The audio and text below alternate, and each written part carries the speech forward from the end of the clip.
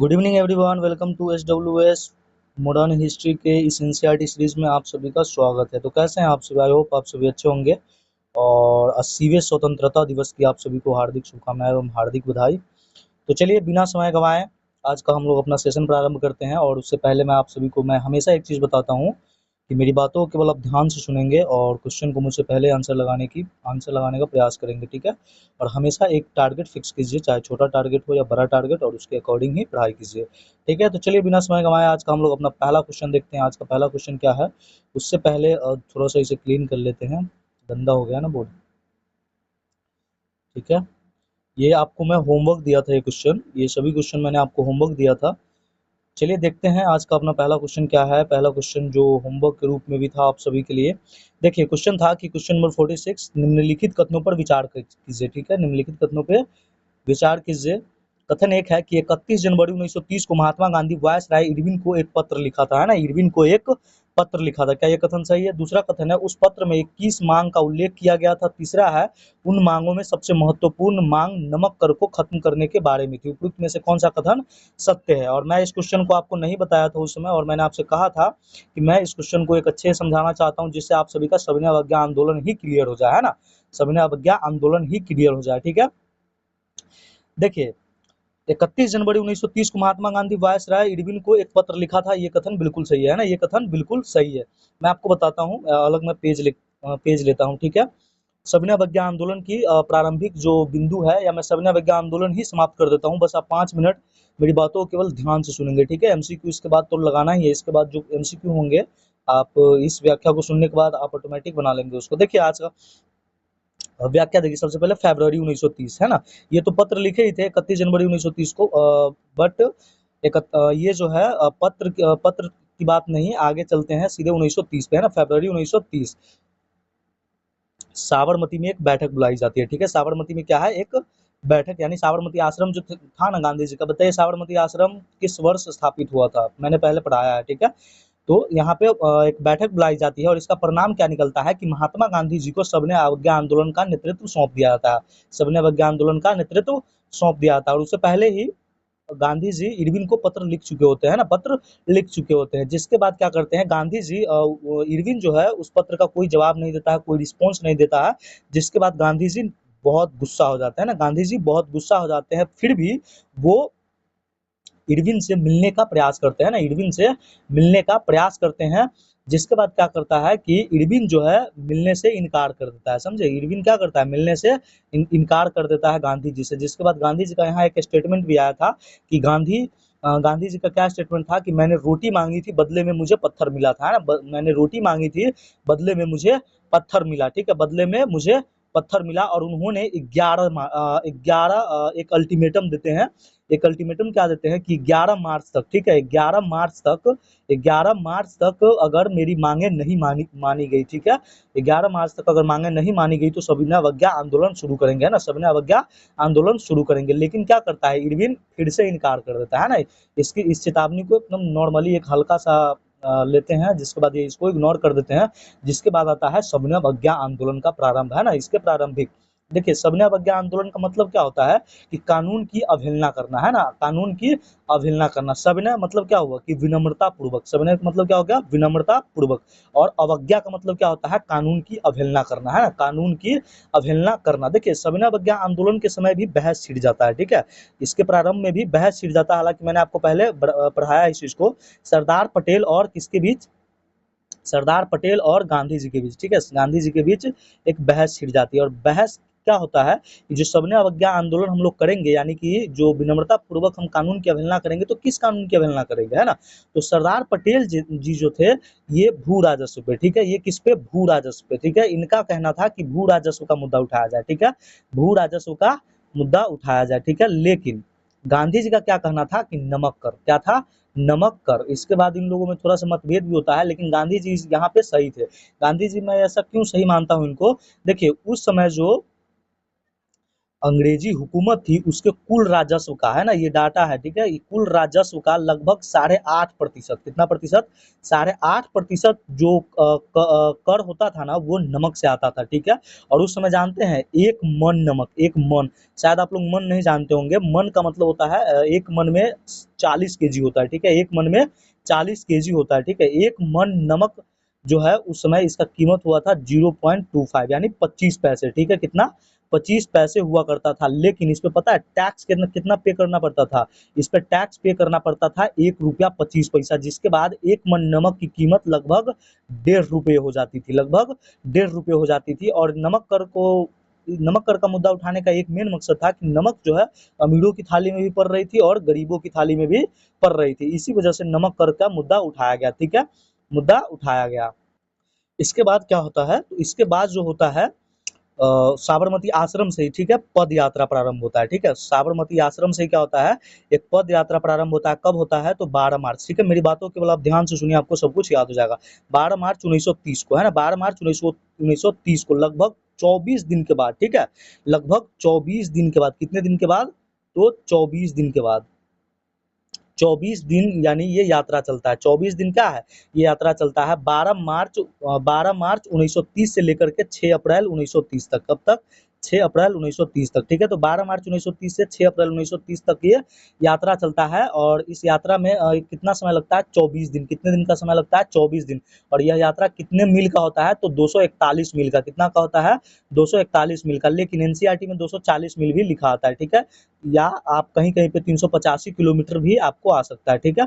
24 दिन की ये यात्रा थी। गांधी जी इस यात्रा में कितने लोगों के साथ सम्मिलित थे, तो गांधी जी इस यात्रा में 78 अनुयायियों के साथ थे, ठीक है, 78 अनुयायी, ठीक है, अनुयायी के साथ थे, ठीक है, अनुयायी के साथ थे, ठीक है। और यहाँ पे एक क्वेश्चन और बनता है कि इस यात्रा में बिहार से कौन थे, है ना, तो बिहार से इस यात्रा में जो व्यक्ति थे उनका नाम था गिरवरधारी चौधरी, कौन थे, गिरवरधारी चौधरी, ठीक है, गिरवरधारी चौधरी, जिसे बिहार में बिहार का मैथिल गांधी कहा था, क्या कहा था गिरवरधारी चौधरी को, मैथिल गांधी कहा था, ठीक है, मैथिल गांधी कहा जाता है, ठीक है। बिहार से कौन थे, गिरवरधारी चौधरी, जिसे मैथिली गांधी भी कहा जाता है ना, मैथिली गांधी भी कहा जाता है, ठीक है।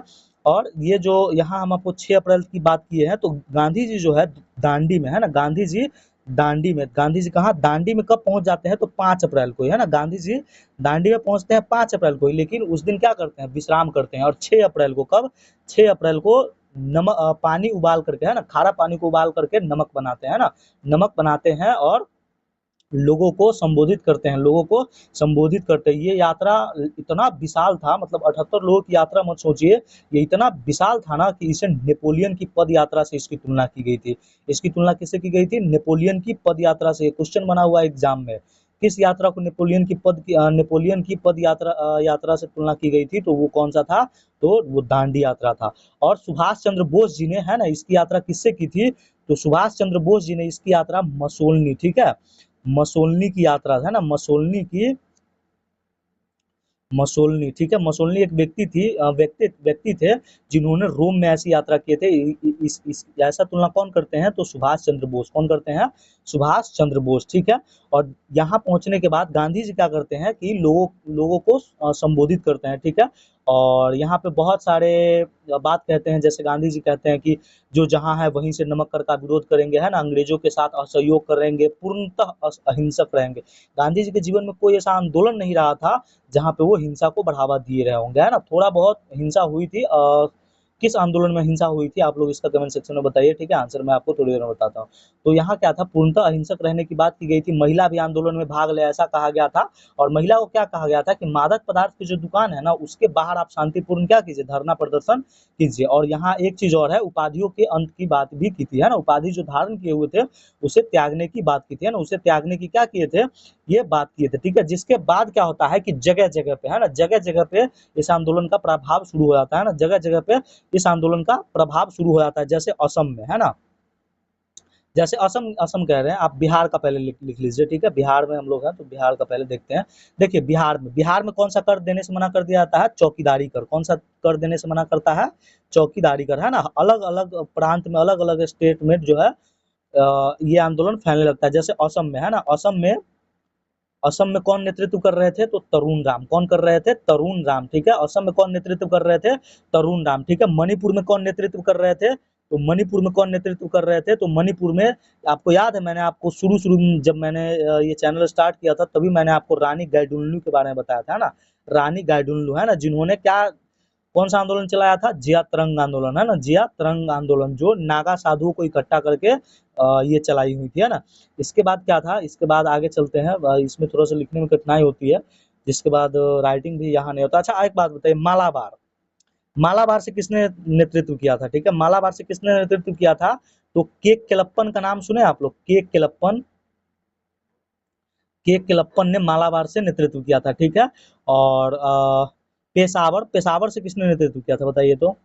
पेशावर से किसने नेतृत्व किया था? तो पेशावर से नेतृत्व करने वाले कौन थे? तो वो थे चंद्र सिंह गढ़वाल, है ना, चंद्र सिंह गढ़वाल, है ना, ठीक है। किसने नेतृत्व किया था? चंद्र सिंह गढ़वाल ने नेतृत्व किया था। और पश्चिमोत्तर प्रांत तो आप जानते ही होंगे, पश्चिमोत्तर में को किसने नेतृत्व किया था बताइए? तो पश्चिमोत्तर में कौन कर सकते हैं बताइए आप सभी? तो वो कौन कर सकते हैं? खान अब्दुल गफार खान, है ना, खान अब्दुल गफार खान, ठीक है। खान अब्दुल गफार खान, जिनका नाम और भी नामों से जाना जाता है, जैसे बादशाह खान, फकरे अफगान, सीमांत गांधी, फ्रंटियर गांधी, है ना, फ्रंटियर गांधी, यही सब उनका नाम था, ठीक है, यही सब उनका नाम था, ठीक है। और एक चीज आप बताइए, मैंने आपको पहले बताया था, इसका आंसर आप लोग कमेंट सेक्शन में देंगे कि सविनय अवज्ञा आंदोलन के दौरान वेब मिलर है, माफ कीजिए मैं आंसर ही बता दिया आपको।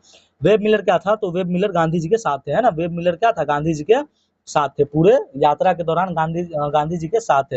अच्छा एक चीज मैं यहाँ आपके साथ भूल गया हूँ, ये जो 24 दिन की यात्रा थी ना, इसमें लगभग इनके जो अनुयायी थे वो एक दिन में 10 मील चलते थे। कितने मील चलते थे?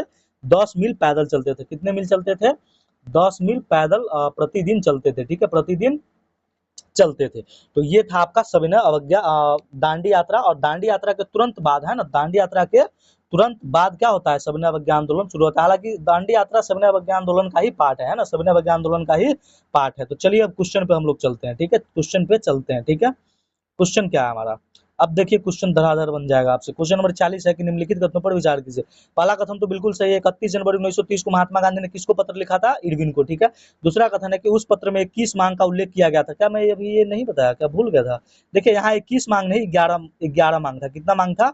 11 मांग। इसे गांधी जी का 11 सूत्रीय मांग कहा जाता है। तीसरा है कि उन मांगों में सबसे महत्वपूर्ण मांग था कि नमक कर को खत्म करने के बारे में थी। बिल्कुल ये कथन भी सही है, तो इसका 1 और 3 सही है।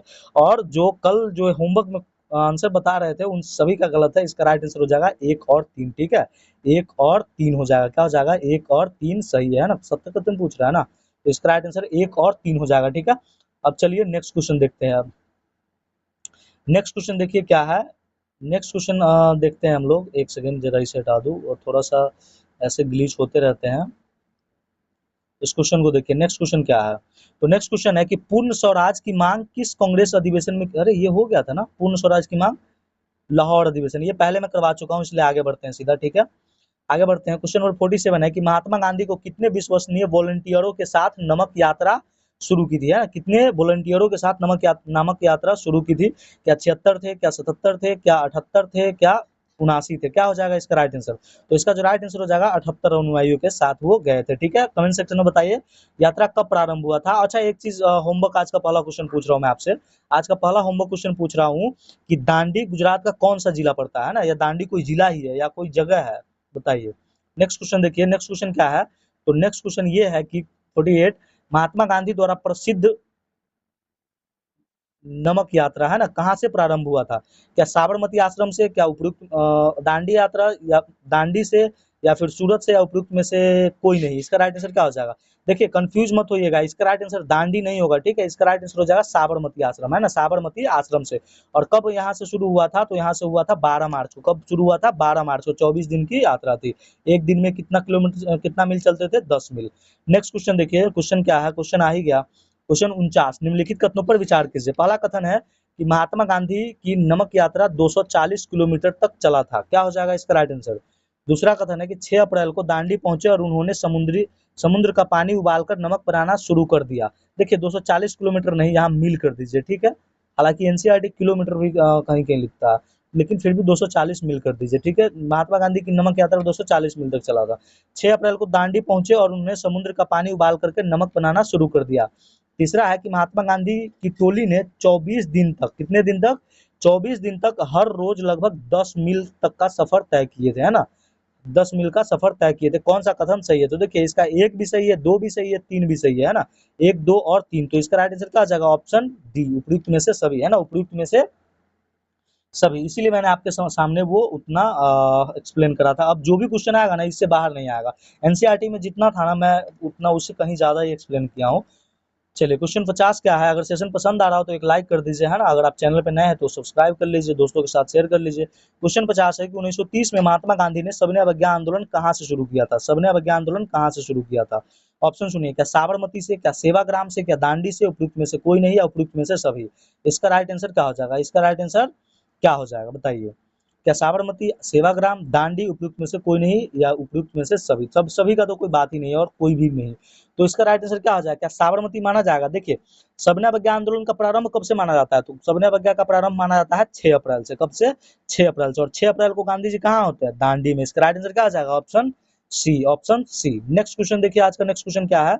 तो आज का जो नेक्स्ट क्वेश्चन है कि गांधी इरविन समझौता कब होता है ना, गांधी इरविन समझौता कब होता है? क्वेश्चन नंबर 51, गांधी इरविन समझौता कब हुआ था? ऑप्शन सुनिए, क्या 1930 में हुआ था, क्या 1931 में हुआ था, क्या 1932 में हुआ था, क्या 1933 में हुआ था? इसका राइट आंसर क्या हो जाएगा?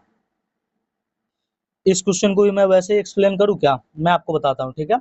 ये जो सविनय अवज्ञा जो दांडी यात्रा चली थी ना, उसके बाद गांधी जी को कब अरेस्ट कर लिया जाता है? तो इनको अरेस्ट कर लिया जाता है 5 मई को, है ना, 5 मई 1930 को, ठीक है। 5 मई 1930 को गांधी जी को अरेस्ट कर लिया जाता है और इनको डाल दिया जाता है यरबदा जेल में। कहाँ डाल दिया जाता है? यरबदा जेल। यरबदा जेल कहाँ है? पूना में। कहाँ है? पूना में है, ठीक है। कहाँ है? पूना में।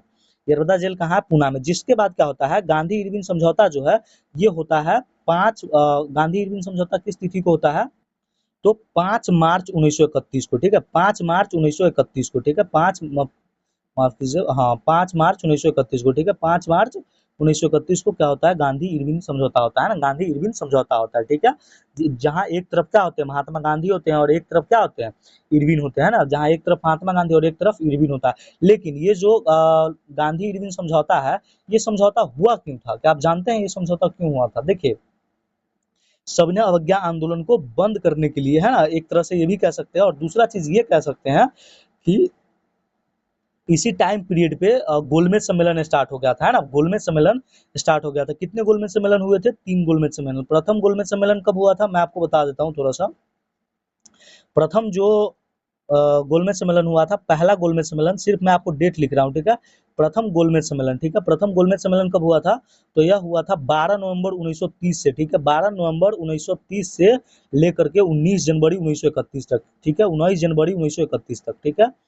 दूसरा कब हुआ था? तो दूसरा हुआ था, दूसरा कब हुआ था है? तो दूसरा होता है, दूसरा दूसरा होता है 7 सितंबर 1900, 7 सितंबर या अक्टूबर है, देख लीजिएगा एक बार, ठीक है। 7 सितंबर 1931 से लेकर के 1 दिसंबर 1931 तक, ठीक है। चलिए, और तीसरा कब होता है? तो तीसरा कब होता है बताइए? तीसरा होता है, एक सेकेंड,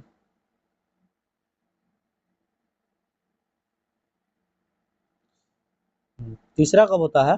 तो तीसरा की शुरुआत होता है 17 नवंबर से, ठीक है। कब से? 17 नवंबर 1932 से लेकर के 24 दिसंबर 1932 तक, ठीक है, 24 दिसंबर 1932 तक, 24 दिसंबर 1932 तक, ठीक है। और मैं आपको ये क्यों बताया हूँ? क्योंकि यही वो वजह है ना, दूसरा गोलमेज सम्मेलन ही वो वजह था जहां गांधी इरविन समझौता कराने का बात हुआ था। क्यों? क्योंकि ये जो समझौता हो रहा था ना, ये जो गोलमेज सम्मेलन हो रहा था, इसमें कांग्रेस की तरफ से कोई भी व्यक्ति इसमें भाग नहीं ले रहे थे, कोई भी व्यक्ति भाग नहीं ले रहे थे। और उस समय पे कांग्रेस जो है भारत का सबसे बड़ा पार्टी था, है ना, सबसे बड़ा पार्टी था। सारे लोग भाग लेते थे बट ये लोग भाग नहीं लेते थे, जिसकी वजह से वहाँ के जो प्रधानमंत्री थे वो चाहते थे कि यहाँ का जो सबसे लोकप्रिय पार्टी है उसको भाग लेवाया जाए, है ना। और ये लोग तो भाग ले ही नहीं रहे थे क्योंकि इनसे नाराज थे।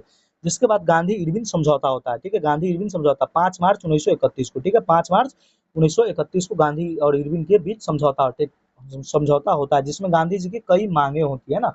गांधी जी की क्या होती है? कई सारे गांधी जी के मांग होते हैं, जैसे नमक कर की समाप्ति, महिलाओं के मादक पदार्थों की दुकानों पर धरना प्रदर्शन करने का इजाजत देना, पुलिस के दमनात्मक कार्यवाही को समाप्त करना, है ना, क्रांतिकारियों की जो जब्त संपत्ति है उसे वापस करना, सरकारी नौकरी को भी वापस करना। यहाँ पे आज तो 80वें स्वतंत्रता दिवस है। मैं यहाँ पे आपको एक चीज़ बताता हूँ, यहाँ जो मतलब किसी-किसी सोर्स में ऐसा है दिया गया हुआ है कि गांधी जी जो है भगत सिंह एवं उनके साथियों के फांसी की भी फांसी माफ करने की भी मांग किए थे और जो पुलिस पर दमनात्मक कार्रवाई के लिए मुकदमा चलाने जाने की भी मांग किए थे, लेकिन उन मांगों को माना नहीं गया। अब कहाँ तक सही है ये तो कुछ ऐसे स्रोत हैं जो लिखते हैं, अब आप लोग डिसाइड कर लीजिए, ठीक है, कि क्या गांधी जी भगत सिंह और उनके साथियों की फांसी की मांग की थी।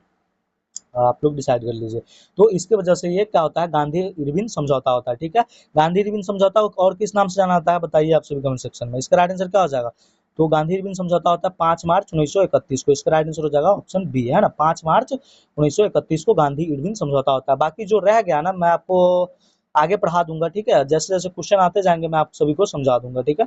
दूसरा क्वेश्चन है कि भारतीय राष्ट्रीय कांग्रेस ने निम्नलिखित में से किस गोलमेज सम्मेलन में भाग नहीं लिया था? किस गोलमेज सम्मेलन में भाग नहीं लिया था? नहीं पे विशेष ध्यान दीजिएगा ना। वैसे अब पीटी और मेंस की भी बात चल रही है ना, पीटी और मेंस की भी बात चल रही है, आप लोग शायद देखे होंगे या नोटिस नहीं, बट मैं देखा हूँ जहाँ मेंस है ना वहाँ रिटेन की बात कर रहा है, मतलब रिटेन एग्जाम की बात कर रहा है। अचानक से बच्चे कहाँ से रिटेन की तैयारी करेगा, है ना, मतलब रिटेन का मतलब समझ रहे हैं कि आपको वहाँ ऑब्जेक्टिव फॉर्म नहीं मिलेगा, वहाँ आपको आप जितने अच्छे से राइटिंग बना करके या फिर जितने अच्छे से एक्सप्लेन कर सकते हैं उतने ज़्यादा मार्क्स आपको मिलेंगे, है ना। ये और भी ज़्यादा टेंशन का दे दिया है ये बिहार सरकार, है ना। तो क्या पहला गोलमेज सम्मेलन में गए थे, क्या दूसरा गोलमेज सम्मेलन में, या तीसरा गोलमेज सम्मेलन में? तो ये एक ही गोलमेज सम्मेलन में गए थे और इसका राइट आंसर क्या हो जाए, ओ सॉरी, मतलब किस गोलमेज सम्मेलन में नहीं गए थे ना, तो इसका जो राइट आंसर हो जाएगा पहला में नहीं गए थे और तीसरा में भी नहीं गए थे ना, उपयुक्त में से कोई नहीं। आप लोग कमेंट सेक्शन में बताइए कि उपयुक्त में से कोई नहीं, नहीं मतलब इसका उपयुक्त में से एक से अधिक होना चाहिए था, एक से अधिक, ठीक है, उपयुक्त में से एक से अधिक यानी मोर देन कर दीजिए, ठीक है, मोर देन 1। इसका राइट आंसर क्या हो जाएगा? ऑप्शन डी, एक से अधिक, एक से अधिक यानी पहला में भी नहीं गया था और तीसरा में भी नहीं। आप लोग कमेंट सेक्शन में बताइएगा कि तीनों गोलमेज सम्मेलन में एक व्यक्ति थे जिन्होंने तीनों गोलमेज सम्मेलन को अटेंड किया था और उनका नाम था बी आर अम्बेडकर।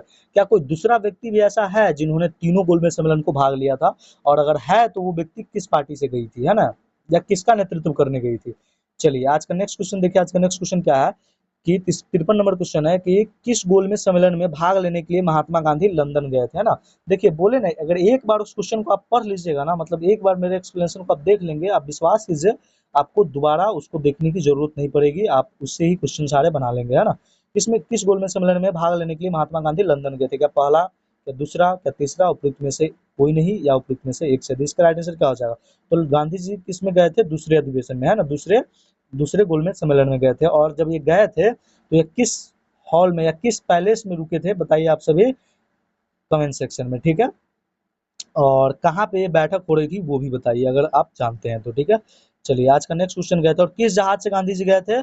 तो एसएस राजपुताना, है ना, एसएस राजपुताना। और वापस किससे लौटे थे? तो एक जहाज था वेसंटियाना करके, है ना, वेसंटियाना करके एक जहाज था जिससे वापस लौटे थे। और इनकी कहानी मैंने आपको जो प्रीवियस ईयर क्वेश्चन का सीरीज चल रहा था सुबह वाली 6 बजे वाली, उसमें मैंने आपको अच्छे से पढ़ाया था, आप सभी को याद होगा। बताइए आप इनके बारे में जितना जानते हैं बताइए। गांधी जी किस तिथि को बॉम्बे तट पे पहुंचे थे और तट पे पहुंचने के बाद गांधी जी का स्टेटमेंट आया था, बहुत प्रिय स्टेटमेंट था। क्या स्टेटमेंट था कि मैं खाली हाथ जरूर लौटा हूं पर मैंने देश का बट्टा नहीं लगने दिया, है ना, देश का बट्टा नहीं लगने दिया, ठीक है। वो तिथि कौन सी थी आप कमेंट सेक्शन में बताइए। क्वेश्चन नंबर 54 है कि महात्मा गांधी दूसरे सम्मेलन में भाग लेने के लिए लंदन कब गए थे? बस वही घुमा फिरा कर क्वेश्चन है, वही गए थे 1931 में, है ना, 1931 में ही ना दूसरा अधिवेशन हुआ था, जस्ट यहाँ अभी बताए थे आपको। हाँ यह देखिए, प्रथम हुआ था 12 नवंबर 1931 से लेकर 19 जनवरी 1931 तक, है ना, 1931 तक, ठीक है। दूसरा हुआ था 7 सितंबर 1931 से 1 दिसंबर 1931 तक, और तीसरा अधिवेशन था 17 नवंबर 1931 से 24 दिसंबर 1932 तक, है ना। तो इसका राइट आंसर क्या हो जाएगा? दूसरा कब हुआ था? 1931, है ना, 1931, ठीक है। चलिए नेक्स्ट क्वेश्चन देखिए, तो यहाँ क्या था क्वेश्चन, क्वेश्चन 1931, ठीक है। चलिए नेक्स्ट क्वेश्चन देखिए। आज का नेक्स्ट क्वेश्चन क्या है? तो आज का जो नेक्स्ट क्वेश्चन है मोस्ट इंपॉर्टेंट क्वेश्चन, और मैंने ये पहले ही करवा चुका हूँ आप सभी को। हिंदुस्तान सोशलिस्ट रिपब्लिकन आर्मी, है ना, HSRA, की स्थापना कब हुई थी? 1928 में, 1929 में, 1930 में, 1932 में। देखिए क्वेश्चन रिपीट हो रहा है ना, तो ऐसे रिपीट इसलिए हो रहा है, मतलब आई मीन आपको लग रहा हो कि ये क्वेश्चन कल भी हुआ था, तो हम क्या करें, मतलब एनसीईआरटी की लाइन बाय लाइन जो मुझे अच्छा लग रहा है क्वेश्चन, मतलब जो समझ में आ रहा है कि ये क्वेश्चन आ सकता है, तो क्वेश्चन वह ये है यहाँ भी, तो इस क्वेश्चन को भी लिए हैं। इसका राइट आंसर क्या आ जाएगा? 1928 में, ठीक है। और कहाँ किए थे और किसने किया था, आप सभी कमेंट सेक्शन में बताइए, ठीक है, यदि आप जानते हैं। क्वेश्चन 56 है कि हिंदुस्तान सोशलिस्ट रिपब्लिकन आर्मी की स्थापना कहाँ हुई थी? फिरोज शाह, दिल्ली, आ ही गया क्वेश्चन। तुगलकाबाद, दिल्ली, हजरतगंज, लखनऊ, उपयुक्त में से कोई नहीं या इनमें से कोई नहीं। इसका राइट आंसर हो जाएगा ऑप्शन ए, फिरोज शाह कोटला मैदान है एक दिल्ली में, ठीक है। और इसकी स्थापना कौन किए थे? तो चंद्रशेखर आजाद और भगत सिंह, है ना, और इनके साथ कुछ सहयोगी भी थे, है ना, और इन्होंने ही किसकी हत्या की थी? सैंडर्स की हत्या की थी। कब? 17 दिसंबर 1928 को, ठीक है। चलिए आज का नेक्स्ट क्वेश्चन देखिए। नेक्स्ट क्वेश्चन क्या है कि भगत सिंह और बटुकेश्वर दत्त ने लेजिस्लेटिव असेंबली में बम कब फेंका था, ना, लेजिस्लेटिव असेंबली में बम कब फेंका था? क्या 1928 में, क्या 1929 में, क्या 1930 में, 1927 में? इसका राइट आंसर क्या होगा? आप सभी कमेंट सेक्शन में अभी जल्दी बताइए इसका आंसर, ठीक है। तो इसका जो राइट आंसर हो जाएगा वो हो जाएगा ऑप्शन बी। इसका राइट आंसर क्या हो जाएगा? Option B. और तिथि का अगर आपसे पूछ ले, जैसे एनसीईआरटी जो तिथि नहीं लिखता है, तो एनसीईआरटी से क्वेश्चन बनाया गया इसलिए इसमें तिथि नहीं दिया गया, बट अगर एग्जैक्ट तिथि की बात कर ले तो कब हो जाएगा? 8 अप्रैल, है ना, 8 अप्रैल 1929 को, ठीक है। 8 अप्रैल 1929 को केंद्रीय जो लेजिस्लेटिव असेंबली थी उस पर बम फेंका गया था ना, कब हुआ था? तो उसका राइट आंसर हो जाएगा बी, ठीक है, 1929 को। और यहाँ पे उनका एक स्टेटमेंट था, बम फेंकने के बाद ये लोग क्या नारे लगा रहे थे? इनकलाब जिंदाबाद का नारे लगा रहे थे। और यहाँ पे इनका कथन था कि इसमें बम फेंकने का मकसद किसी को क्षति पहुंचाना नहीं, बल्कि जो बहरी सरकार है उसे सुनाना है ना, जो सरकारें बहरी हो गई है उसे सुनाना है, ठीक है, उसे सुनाना है। क्वेश्चन, अगला क्वेश्चन क्या है? तो अगला क्वेश्चन है कि भगत सिंह को कितने वर्ष की उम्र में फांसी दी गई थी? ठीक है, भगत सिंह को कितने वर्ष की उम्र में फांसी दी गई थी? क्या 22 वर्ष की उम्र में दी गई थी, क्या 21 वर्ष की उम्र में दी गई थी, या 23 वर्ष की उम्र में दी गई थी, या 24 वर्ष की उम्र में दी गई थी? इनको फांसी कब दी गई थी? तो इनको जो फांसी दी गई थी वो उस समय इनकी उम्र क्या थी? 23 वर्ष, है ना। जिस समय भगत सिंह पर मुकदमा चला था उस समय या उन्हें फांसी दी गई उस समय उनकी उम्र केवल 23 साल थी। और यहाँ पे एक बहुत अच्छा स्टेटमेंट था, और ये स्टेटमेंट जो है, इन पर जो मुकदमा चल रहा था उसी समय इन्होंने दिया था, और ये एनसीईआरटी के बुक में है, आप जा करके उल्टा करके देख लीजिएगा, क्लास 10 चैप्टर 2, ठीक है, उसमें आपको मिल जाएगा। भगत सिंह ने क्या कहा था? उन्होंने कहा था कि बम और पिस्तौल, है ना, यहाँ पर उन्होंने एक कथन कहा था, क्या कथन कहा था कि बम और पिस्तौल, ठीक है, बम और पिस्तौल की उपासना नहीं करते, ठीक है, बम और पिस्तौल की उपासना, ठीक है, बम और पिस्तौल की उपासना नहीं करते, बल्कि समाज में क्रांति चाहते हैं, समाज में क्रांति चाहते हैं, ठीक है, समाज में क्रांति। ये एनसीईआरटी का लाइन है, ये एनसीईआरटी का, अगर बिलीव नहीं है तो आप देख लीजिएगा, क्लास 10 चैप्टर 2, क्रांति चाहते हैं, ठीक है, समाज में क्या चाहते हैं? क्रांति चाहते हैं। इन्होंने, इनका एक स्टेटमेंट था जब इन पे मुकदमा चल रहा था कि बम और पिस्तौल की उपासना नहीं करते बल्कि समाज में क्रांति चाहते हैं। जब इतना ही इंपॉर्टेंट है तो मैं आपसे एक होमवर्क क्वेश्चन पूछ लूं। आज का होमवर्क क्वेश्चन 2 है, आप क्वेश्चन होमवर्क क्वेश्चन दीजिएगा। भगत सिंह की फांसी को फांसी की जो सजा पे सजा देने के समय, है ना, एक जज थे, है ना, मुस्लिम जज थे, उन्होंने इस्तीफा दे दिया था, बट उन्होंने भगत सिंह की फांसी मुकर्रर नहीं की थी, ठीक है, वो उनका नाम क्या था बताइए। तो चलिए आज का नेक्स्ट क्वेश्चन देखते हैं। आज का नेक्स्ट क्वेश्चन क्या है? आज का नेक्स्ट क्वेश्चन क्या है? अब बताइए, आप सभी मिसलेनियस क्वेश्चन की तरह ही है, मतलब पहले मैं इन सभी का मैं करवा चुका हूँ, सभी का व्याख्या करवा चुका हूँ आपके समक्ष। इसका आप लोग बताइए इसका आंसर क्या होगा, ठीक है। सूची 1 और सूची 2, ठीक है, सुमेलित करना है, सुमेलित करना है, ठीक है। कि बाबा रामचंद्र जो उत्तर प्रदेश के किसान थे, ठीक है, किसान को संगठित करते हैं, ना, बाबा रामचंद्र जो उत्तर प्रदेश के किसान को संगठित करते हैं, ठीक है, इसका मिलान किससे होगा? किस वर्ष, है ना। या फिर दूसरा है अंबेडकर दलित वर्ग एसोसिएशन किस को संगठित करते हैं। तीसरा है कि सबने अवज्ञा आंदोलन को वापस लेना। डी में है सबने अवज्ञा आंदोलन पुनः आरंभ होना। और ई में है दूसरा गोलमेज सम्मेलन। उपयुक्त में से कौन सा उत्तर सही है ना, उपयुक्त में से कौन सा उत्तर सही है? देखिए बाबा रामचंद्र जो है उत्तर प्रदेश के किसानों को संगठित करते हैं क्या? तो हाँ बिल्कुल करते हैं। और यह कब करते हैं? तो यह जो करते हैं वो करते हैं 1918-19 के समय में, है ना, 1918, क्योंकि ये एनसीईआरटी में 1918-19 1918-19 ही दिया गया, ठीक है। उसके बाद है क्या कि अंबेडकर दलित वर्ग एसोसिएशन का गठन कब होता है? तो अंबेडकर दलित वर्ग एसोसिएशन का गठन होता है तो ये होता है 1930 में। कब होता है? 1930 में, ठीक है। अच्छा, इसका आंसर लगाते चलते हैं, ठीक है। बाबा रामचंद्र, इसका 1918 19 कहाँ हो गया? ए का हो जाएगा क्या? तो ए का हो जाएगा 5, ठीक है, 1918 19, ठीक है। बी का क्या है? तो दलित वर्ग एसोसिएशन 1900, क्या हो जाएगा इसका आंसर? तो इसका आंसर हो जाएगा 1930, ठीक है। तो बी का क्या हो जाएगा? बी का हो जाएगा 4। इस सी में है सविनय अवज्ञा आंदोलन वापस लिया गया है ना। सविनय अवज्ञा वापस कब लिया गया था? गांधी इरविन समझौता याद है? 1931 में। तो सी का क्या हो जाएगा?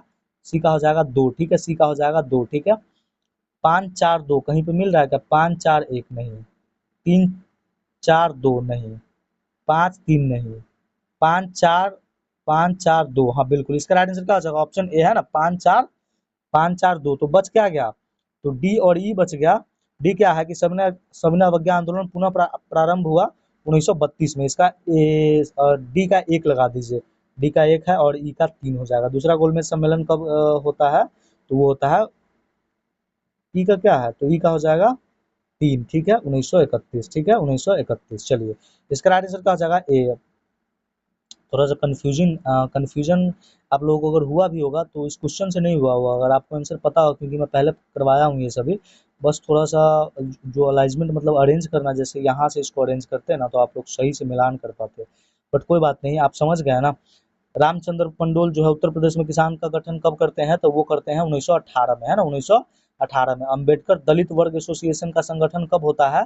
तो वो होता है 1930 में, ठीक है। सविनय अवज्ञा आंदोलन वापस कब लिया जाता है? तो 1931 में, ठीक है। और डी में है कि सविनय अवज्ञा आंदोलन पूरा पुनः प्रारंभ कब होता है? तो 1932 में। और दूसरा गोलमेज सम्मेलन भी 1931 में, ठीक है। इसका राइट आंसर हो जाएगा ऑप्शन ए। चलिए, आज का नेक्स्ट क्वेश्चन देखते हैं। तो आज का जो नेक्स्ट क्वेश्चन है वो ये है कि क्वेश्चन 60, निम्नलिखित कथनों पर विचार कीजिए, है ना, निम्नलिखित कथनों पर विचार कीजिए। पहला क्वेश्चन है कि डॉक्टर अंबेडकर ने 1930 में दलित को दलित वर्ग एसोसिएशन में संगठित किया। क्या ये कथन सही है? बिल्कुल, अभी ही तो पढ़ा है ना 1930 में। दूसरा है कि दूसरे गोलमेज सम्मेलन में दलितों के लिए अलग निर्वाचन क्षेत्रों के सवाल पर डॉक्टर अंबेडकर और महात्मा गांधी के बीच काफी विवाद हो गया था। ये कथन भी सही है ना, ये कथन भी सही है। जब दूसरा गोलमेज सम्मेलन में गांधी जी वहां गए थे और अ, दूसरा जो है गोलमेज सम्मेलन हुआ कहाँ था? तो हर जो भी था वो सेंट जेम्स पैलेस में ही हुआ था। और सबके अध्यक्ष कौन थे? रैमजे मैकडोनल्ड, है ना, सबके अध्यक्ष कौन थे? Ramsay McDonald. और मैंने आपसे अभी कुछ देर पहले क्वेश्चन पूछा था कि गांधी जी रुके कहाँ थे? तो किंग्सले हॉल में। कहाँ बोले थे? किंग्सले हॉल में। और ये जो गोलमेज सम्मेलन हो रहा है वो कहाँ हो रहा है? तो सेंट जेम्स पैलेस में। कहाँ? सेंट जेम्स पैलेस में। तो ये कथन भी सही है ना, है ना। यहाँ पे अम्बेडकर क्या चाहते थे? वो अलग राजनीति चाहते थे, है ना, अलग राजनीति चाहते थे, यानी कि अलग पृथक निर्वाचन कह सकते हैं आप उसको। तीसरा है कि दूसरे गोलमेज सम्मेलन में ब्रिटिश सरकार ने गांधी जी की बात, ठीक है, मान ली, तो डॉक्टर अंबेडकर आमरण अनशन पर बैठ गए हैं। ये यहाँ तो कोई बात ही नहीं है दोस्त, है ना, ये वाली बात ही नहीं है, उल्टी हो गई, उल्टी गंगा बह गई यहाँ। तो इसका राइट आंसर क्या हो जाएगा? कथन कौन सा सत्य है? क्या 1 और 2 सत्य है? क्या केवल 2 सत्य है? 1 और 3 सत्य है? उपयुक्त में से कोई नहीं, उपयुक्त में से सभी। इसका राइट आंसर क्या होगा, है ना। अगर मैं ना बोलूँ तो आप लाइक ही नहीं करोगे, है ना। चलिए, कोई बात नहीं है। तो इसका राइट आंसर क्या हो जाएगा? ऑप्शन ए, 1 और 2 सत्य है, 1 और 2 सत्य है, 1 और 2 सत्य है। ये जो क्वेश्चन आप देख रहे हैं ना एनसीईआरटी का, ये सभी आपको हेल्प करेगा मेंस के एग्जाम में भी, है ना। मेंस के एग्जाम में भी आपको हेल्प करेगा, अगर मेंस अगर होता है तब, क्योंकि अभी कुछ भी उस नोटिफिकेशन में फाइनल नहीं है ना। डेट की जगह पे टीबीडी लिखा हुआ है ना, टीबीडी लिखा हुआ है।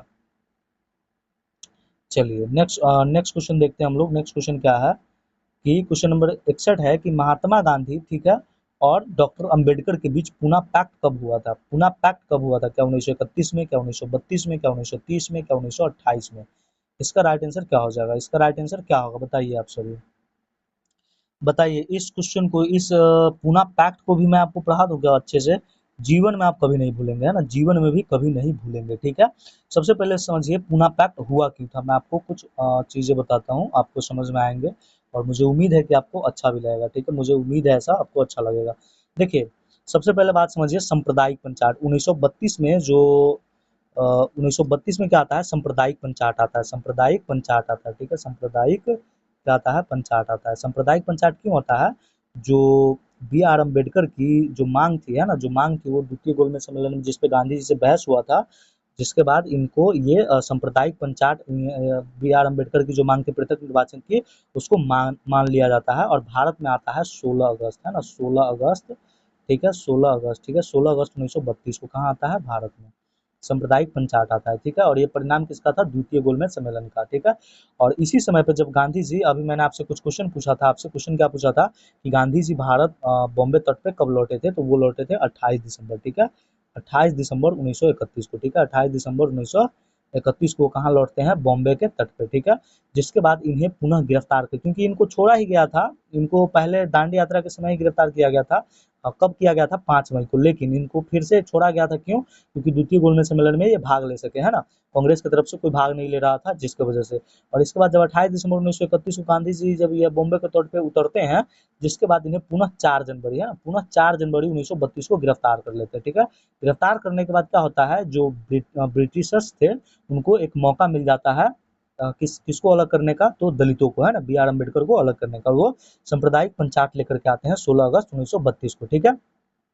जिसके बाद क्या होता है कि उस समय ये जो सांप्रदायिक पंचायत है, ये किसके अनुशंसा पर आता है? तो ये क्वेश्चन पूछा हुआ, एग्जाम में क्वेश्चन पूछा हुआ है कि लिनलिथगो कमेटी की, है ना, लिनलिथगो कमेटी की गठन की जाती है ना, लिनलिथगो कमेटी का गठन किया जाता है। और उसी के अनुशंसा पर सांप्रदायिक पंचायत को 16 अगस्त 1932 को भारत भेजा जाता है ना, जिसमें दलित वर्ग के लिए कितने सीट कर दिए गए थे? 78। इस सांप्रदायिक पंचायत में दलित को कितनी सीट थी? मेरी बातों को केवल आप ध्यान से सुनिए, आपको सब कुछ याद हो जाएगा, ठीक है। दलित को इसमें कितनी सीट दी गई थी? तो इसमें दलित को 78 सीट दी गई थी। कितनी सीट? 78 सीट दी गई थी। और सांप्रदायिक पंचायत को क्या कम्युनल अवार्ड कहा जाता है ना, कम्युनल अवार्ड कहा जाता है, ठीक है। इस ये जो सीट पृथक जो निर्वाचन की बात सुनते हैं ना, उस समय महात्मा गांधी कहाँ होते? जेल में होते। क्यों? क्योंकि 4 जनवरी को इनको गिरफ्तार कर लिया होता है ना, 4 जनवरी को ही गिरफ्तार कर लिया था। और ये कहाँ होता है? यरवदा जेल पूना में इनको फिर से डाल दिया था। ये चीजें सुनने के बाद ना 16 अगस्त 1932 को क्या आता है? सांप्रदायिक पंचायत। और एक तिथि याद रखिएगा, 19 अगस्त, ठीक है। मैं आपको सिर्फ तिथि लिखते जाता हूँ, आप इसको याद रखिएगा। 19 अगस्त 1932 को गांधी जी जेल में घोषणा करते हैं कि 30 दिन के भीतर अगर इसे वापस नहीं लिया गया तो हम आमरण अनशन करेंगे, है ना। 30 दिन के भीतर इसे वापस नहीं लिया गया तो हम आमरण अनशन करेंगे। ये बातें ना अंग्रेज भी लाइटली ले लेते हैं, और बी आर अम्बेडकर जी भी, है ना, बी आर अम्बेडकर जी भी। उसके बाद ये 30 दिन पूरा होता है ना, 30 दिन पूरा होता है, लेकिन इस पे कोई असर नहीं पड़ता है।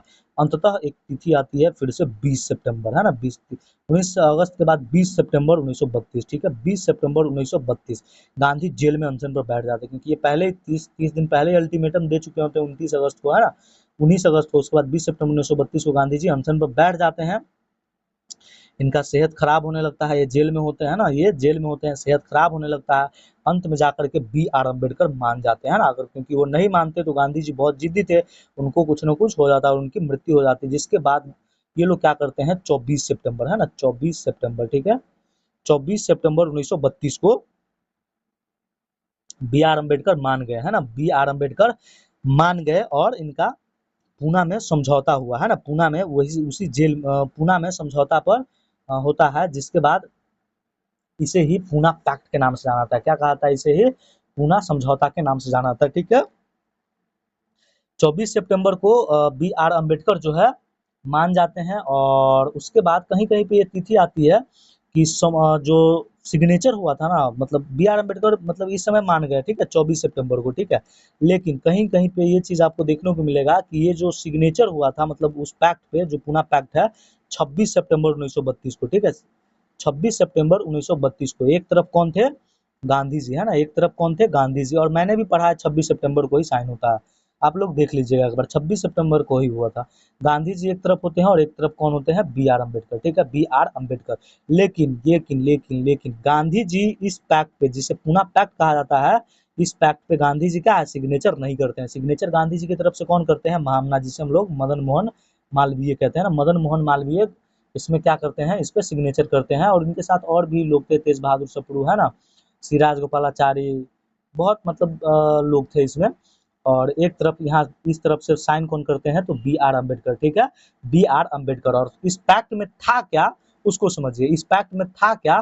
तो इसमें क्या था कि दलितों के लिए जो पृथक निर्वाचन था उसे समाप्त करना, ठीक है, उसे क्या करना? समाप्त करना। और केंद्रीय जो विधानमंडल है ना, इस ये चीज आपको कहीं नहीं देखने को मिलेगा, अच्छे शिक्षकों के पास आपको जरूर मिलेगा, है ना, केंद्रीय विधानमंडल, ठीक है। अगर आप अच्छे जगह पढ़े होंगे तो निश्चित मिल जाएगा, आपको पढ़े ही होंगे, केंद्रीय विधानमंडल, ठीक है।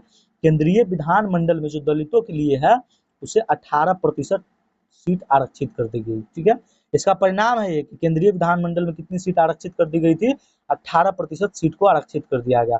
और जो प्रांतीय था ना, जो प्रांतीय विधानमंडल था, आप सभी हमेशा पढ़ते आए ना, जो प्रांतीय विधानमंडल था उसमें जो पहले 71 की संख्या में जो सीट थी उसे बढ़ा करके 147 कर दी गई थी। कितनी कर दी गई थी? 147 कर दी गई थी। आप लोग इसको जरूर पढ़े होइएगा। क्या आप इसको पढ़े थे? अगर आप पढ़े थे तो कमेंट सेक्शन में बताइएगा, ठीक है। केंद्रीय विधानमंडल में कितनी सीटें आरक्षित की गई? 18%। और प्रांतीय विधानमंडल में कितना किया गया? 71 से बढ़ा करके 147 कर दिया गया, 147 कर दिया गया। तो ये था आपका पूना पैक्ट। आप शायद ही आप कभी भूल पाएंगे पूना पैक्ट को, ठीक है। चलिए, तो महात्मा गांधी और डॉक्टर बी आर अम्बेडकर के बीच पूना पैक्ट कब होता है? तो 26 सितंबर 1932 को, 26 सितंबर 1932 को। इसका राइट आंसर क्या हो जाएगा? Option B. आगे बढ़े, चलिए आगे बढ़ते हैं। आगे अगला क्वेश्चन है, क्वेश्चन नंबर 63 है। यहाँ पे एक आनंद मठ के जिक्र था, इसलिए मैं आपको क्वेश्चन लिया। आनंद मठ उपन्यास के लेखक कौन है? ठीक है, आनंद मठ उपन्यास के लेखक कौन है? आप इसका आंसर बताइए कमेंट सेक्शन में, ठीक है। क्या रविंद्रनाथ टैगोर है? क्या महात्मा गांधी जी है? क्या बंकिम चंद्र चट्टोपाध्याय है? उपयुक्त में से कोई नहीं, ठीक है। इसका राइट आंसर क्या हो जाएगा? देखिए, तो इसके जो लेखक है वो है बंकिम चंद्र चट्टोपाध्याय या बंकिम चंद्र चटर्जी, जिनको हम लोग कहते हैं ना, बंकिम चंद्र चटर्जी जिनको कहते हैं, ठीक है। और इसी से है ना, इसी आनंद मठ से क्या लिया गया था? तो आनंद मठ से क्या लिया गया है? वंदे मातरम, है ना, वंदे मातरम जो गीत है वो इसी आनंद मठ से लिया गया है, ठीक है। और जो यह गीत था वो जो वंदे मातरम गीत है, जो वंदे मातरम गीत है वो किस भाषा में थी? तो ये तो यह संस्कृत है ना, क्या है? संस्कृत और बांग्ला, है ना, संस्कृत और बांग्ला, ठीक है। संस्कृत और बांग्ला दोनों भाषा में। किस भाषा में? संस्कृत और बांग्ला यानी बंगाली दोनों भाषा में थे, ठीक है। संस्कृत और बंगाली दोनों भाषा में। इसका राइट आंसर क्या हो जाएगा? Option C. अच्छा, वंदे मातरम गीत को कब अपनाया गया था भारतीय संविधान सभा द्वारा? है ना, संविधान सभा द्वारा इस वंदे मातरम गीत को कब अपनाया गया था? तो इसका आंसर आप कमेंट सेक्शन में बताएंगे। और जनगण मन को भी कब अपनाया गया था, इसका भी, क्योंकि मैं कल या परसों, मतलब कल तो क्लास नहीं हुई थी, कुछ कारणों की वजह से कल आपकी क्लास नहीं हुई थी, अपरिहार्य कारण है। घर में एक खुशी का आगमन हुआ है, जिसकी वजह से 2 दिन से थोड़ा सा व्यस्तता चल रही थी, जिसकी वजह से क्लास नहीं चल रही थी। क्वेश्चन 64 देखिए, 64 क्या है कि भारत माता की विख्यात छवि को किसने चित्रित किया था? है ना, एनसीईआरटी में है क्वेश्चन। आप क्लास जाकर के देख लीजिएगा, क्लास 10 चैप्टर 2, ठीक है, चैप्टर 2 में आप देख लीजिएगा, ये क्वेश्चन मिल जाएगा, है ना। क्वेश्चन ऑप्शन देखिए, अवनींद्रनाथ टैगोर, बंकिम चंद्र चट्टोपाध्याय, रविंद्रनाथ टैगोर, उपयुक्त में से कोई नहीं, है ना। तो ये जो है ये बनाया कौन थे? तो इससे इतना समझिए कि स्वदेशी आंदोलन की जो प्रेरणा से, स्वदेशी आंदोलन की प्रेरणा से अवनींद्रनाथ टैगोर, है ना, किसने? अवनींद्रनाथ टैगोर ने भारत माता की विख्यात छवि को चित्रित किया था ना, भारत माता के विख्यात छवि को चित्रित किया था। मुझे माफ कीजिए, मैं वो छवि आपके समक्ष नहीं लेके आ पाया, बट वो एनसीईआरटी में वो छवि है, उसको आप देख सकते हैं, ठीक है। और इस पेंटिंग में इस जो छवि में क्या था कि भारत माता को एक सन्यासिनी के रूप में, किसके रूप में दिखाया गया? तो सन्यासिनी के रूप में, ठीक है, सन्यासिनी के रूप में। सन्यासिनी ऐसे लिखा हो जाएगा ना, हाँ, सन्यासिनी के रूप में दर्शाया गया था। और वह शांत, गंभीर, दैवी और आध्यात्मिक गुणों से उस समय युक्त दिखाई देती थी, ठीक है, युक्त दिखाई देती थी, ठीक है। चलिए, आज का नेक्स्ट क्वेश्चन देखिए। आज का नेक्स्ट क्वेश्चन क्या है? Question number 65। क्वेश्चन नंबर 65 है कि स्वदेशी आंदोलन से प्रेरित होकर, है ना, स्वदेशी आंदोलन से प्रेरित होकर अवनींद्रनाथ टैगोर ने भारत माता की विख्यात छवि को कब चित्रित किया था? है ना, यानी कि वो जो छवि है वो कब बनाया गया था? तो क्या 1870 में, क्या 1905 में, या 1911 में, या 1904 में, है ना। तो मैंने आपको आपको यहाँ देखने से आपको कुछ पता चल रहा होगा, है ना, स्वदेशी आंदोलन से प्रेरित होकर। तो स्वदेशी आंदोलन से प्रेरित प्रेरित होकर ये कब की बात हो सकती है, बताइए? क्या 70 हो सकता है, क्या 11 हो सकता है, क्या 4 हो सकता है, या 5 हो सकता है ना। तो ये जो भारत माता का चित्र है, अवनींद्रनाथ टैगोर ने इसे कब बनाया था? 1905 में, है ना, 1905 में, ठीक है। और उस समय इनका जो चित्र था वो सन्यासिनी जैसे दिखता था। और जो भारत माता का जो चित्र बना हुआ था, जिसमें एक हाथ में क्या होता था उस समय, मतलब उनके एक हाथ में, ठीक है, एक हाथ में क्या था?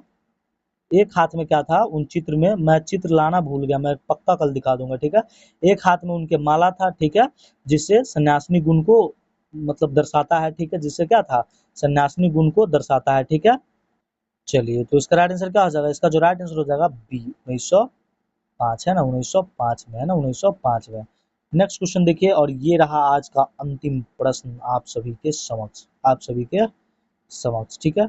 क्वेश्चन नंबर 66 भारत छोड़ो। और ये क्लास 10th का जो है चैप्टर 2 से जितने क्वेश्चन मुझे लग रहे थे कि इम्पोर्टेंट है, मैंने सारे बना के रखे, ये कंप्लीट हो गया। ठीक है, क्लास 10th का। ठीक है, चलिए, भारत छोड़ो आंदोलन की शुरुआत कब होती है? क्या 1942 में, क्या 1940 में, 1939 में, 1944 में, है ना? तो इसका राइट आंसर हो जाएगा ऑप्शन ए, है ना। देखिए, वर्धा में 14 जुलाई 1942 को अपनी कार्यकारिणी में जो है कांग्रेस कार्य समिति ने ऐतिहासिक भारत छोड़ो प्रस्ताव पारित किया था, जिसमें सत्ता का भारतीयों को तत्काल हस्तांतरण एवं भारत छोड़ो की मांग की गई थी। और यह आंदोलन शुरू कब हुआ था? तो यह शुरू हुआ था कहीं पे 8 अगस्त हो जाएगा, या नहीं तो कहीं पे 9 अगस्त, है ना, कहीं पे 9 अगस्त हो जाता है। इस समय आप इसका एक चीज का आंसर आप लोग बताइए कि इस समय भारत का वायसराय कौन था? ठीक है, भारत का वायसराय कौन था? ठीक है, भारत का वायसराय कौन था? और ये जो भारत छोड़ो आंदोलन है ना, ये स्वतः स्फूर्त आंदोलन था, है ना, स्वतः स्फूर्त आंदोलन था। मतलब ये किसी द्वारा चलाया गया नहीं था, है ना। हालांकि इसकी जो है आवाहन किसने किया था? गांधी जी ने। लेकिन स्वतः स्फूर्त आंदोलन था। इन्हें मतलब गांधी जी को तो बंदी बना लिया गया था ना, बंदी बना लिया गया था। जिसके बाद भारत छोड़ो आंदोलन क्या था? स्वतः स्फूर्त आंदोलन था। और इसी समय, है ना, इसी समय पे क्या था कि गांधी जी ने एक प्रसिद्ध नारा दिया था, करो या मरो का, और भाषण दिया था कि भारत छोड़ो के इस आह्वान ने देश के अधिकतर हिस्सों में राज्य व्यवस्था को ठप कर दिया। लोग स्वतः ही आंदोलन में कूद पड़े, है ना, स्वतः ही क्या करे थे? आंदोलन में कूद पड़े। लोगों ने हड़ताल की, राष्ट्रीय गीतों एवं नारों के साथ प्रदर्शन किए, जुलूस निकाले। यह आंदोलन क्या था? वास्तव में एक जन आंदोलन था, जिसमें छात्र, मजदूर और किसान जैसे हजारों छात्रा, है ना, हजारों छात्र, हजारों साधारण लोगों ने इसमें हिस्सा लिया था। ठीक है, साधारण लोगों ने इसमें क्या था? हिस्सा लिया था। ठीक है, तो ये रहा आज का आपका सेशन। कैसा लगा सेशन आप लोग बताइए जरूर। ठीक है, और मैं आपको एक चीज़ मैं क्लियर कर दूं कि मैं अभी आपका कमेंट नहीं देख पा रहा हूँ। ठीक है, आप जितने कमेंट कर रहे हैं ना, मैं आपका कमेंट नहीं देख पा रहा हूँ, बट मैं चैट में आप सभी का कमेंट देखता हूँ। मुझे अच्छा लगता है जब आप सभी मुझसे पहले आंसर लगाते हैं। मैं कोई शिक्षक नहीं, आपके समक्ष आप ही के बीच का एक लड़का हूँ जो आपको अच्छे कंटेंट देने का प्रयास कर रहा है ना। पिछले 3 सालों से इतना रग रहा है ना कि आपके समक्ष एक अच्छा कंटेंट, अगर आपको पसंद आ रहा है सेशन तो कीजिए, और नहीं पसंद आ रहा है तो थोड़ा समय देकर देखिए, 2-4 दिन, आपको ज़रूर अच्छा लगेगा। और क्लास प्रतिदिन लाइव मतलब प्रीमायर के रूप में आपको 10 PM पे मिल जाया करेगी। ठीक है, और एक भरोसा बनाइए। और देखिए, कभी भी आप कितने भी पढ़ते हैं ना, अगर आप एक दिन 18 घंटे पढ़ लीजिए और एक दिन नहीं पढ़िए, तो उस 18 घंटे का कोई मोल नहीं होता है। ठीक है, इसलिए प्रतिदिन क्लास कीजिए, समझे, प्रतिदिन क्लास कीजिए। और मैं आपको हमेशा एक मूल मंत्र बताता हूँ कि आपके पास जो नोट्स है ना, हैंड रिटेन नोट्स, उसको आप बहुत अच्छे से रिवाइज कीजिए, आपको वही जान बचाने वाला है। ठीक है, प्रीलिम्स में नोट्स का आप अच्छे से रिवीजन कीजिए। जितने नोट्स है ना, उसको रिवीजन कीजिए। आप जितना रिवीजन कीजिए उसको 2 बार, 4 बार, 8 बार, 10 बार, 25 बार या 50 बार, आप जितना कर सकते हैं उसको रिवीजन कीजिए। ठीक है, जिससे क्या होगा कि आपकी तैयारी अच्छी हो जाएगी। अगर आपका नोट्स क्लियर है ना, तो कुछ क्वेश्चन ऐसे होते हैं जो भले ही आप नहीं पढ़े होंगे, और आपके नोट्स क्लियर होने की वजह से आप उसको एलिमिनेट कर पाते हैं। ठीक है, उसमें जो कुछ ऑप्शंस होते हैं उसे एलिमिनेट कर पाते हैं और आप समझ पाते हैं, समझे, समझ पाते हैं। अच्छा, भारत छोड़ो आंदोलन से मैं आपसे एक होमवर्क क्वेश्चन पूछता हूँ, इसका आंसर अभी प्रीमायर में कोई नहीं देगा। ठीक है, प्रीमायर में कोई नहीं देगा। ठीक है, भारत छोड़ो से आप समझ सकते हैं या किसी से भी समझ सकते हैं। ये क्वेश्चन है कि किन्हें भारतीय क्रांतिकारियों का या भारतीय क्रांतिकारी का जननी कहा जाता है? ठीक है, भारतीय क्रांति का जननी किन्हें कहा जाता है? ठीक है, एक और क्वेश्चन पूछता हूँ, होमवर्क क्वेश्चन में 3-4 क्वेश्चन पूछता हूँ आपसे, आप सभी इसका आंसर कमेंट सेक्शन में बताएंगे। इस प्रीमायर में कोई आंसर नहीं देंगे। ठीक है, तो भारतीय क्रांति का जननी किसे कहा था? ठीक है, भारत से बाहर सबसे पहले तिरंगा किसने फहराया था? दूसरा क्वेश्चन ध्यान से सुनिए, भारत से बाहर तिरंगा सबसे पहले किसने फहराया था? तीसरा क्वेश्चन, भारत में गुप्त रेडियो का संचार जो है किसने प्रारंभ किया था? ठीक है,